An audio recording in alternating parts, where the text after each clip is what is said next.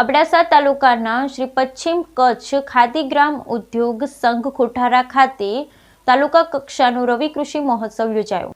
અબડાસા તાલુકામાં શ્રી પશ્ચિમ કચ્છ ખાદી ગ્રામ ઉદ્યોગ સંઘ કોઠારા ખાતે તાલુકા કક્ષાના રવિ કૃષિ મહોત્સવમાં કિસાનોને ગાય આધારિત પ્રાકૃતિક ખેતી અપનાવવા હાંકલ કરાઈ હતી, જેમાં 20 જેટલા સ્ટોલ ઉભા કરી ખેડૂતોને ખેતી વિશે માહિતગાર કરવામાં આવ્યા હતા। પ્રાંત અધિકારી શ્રી કે.જે. વાઘેલાની અધ્યક્ષતામાં દીપ પ્રાગટ્યથી કાર્યક્રમનો પ્રારંભ કરાયો હતો।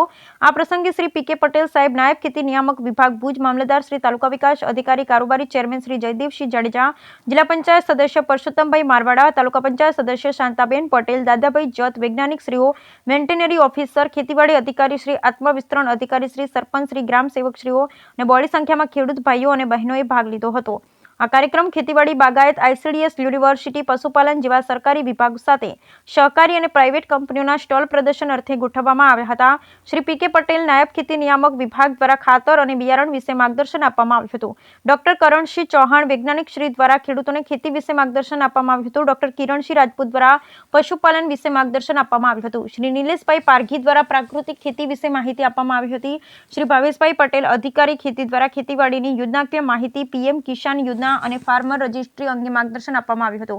તેમજ ખેતીવાડી વિભાગ દ્વારા ફાર્મર રજિસ્ટ્રી કરવામાં આવી હતી। ખેતીવાડી અને બાગાયત વિભાગ દ્વારા વિવિધ યોજનાઓના લાભાર્થીઓને પૂર્વ મંજૂરી તેમજ પેમેન્ટ ઓર્ડરનું મહાનુભાવોના હસ્તે વિતરણ કરવામાં આવ્યું હતું।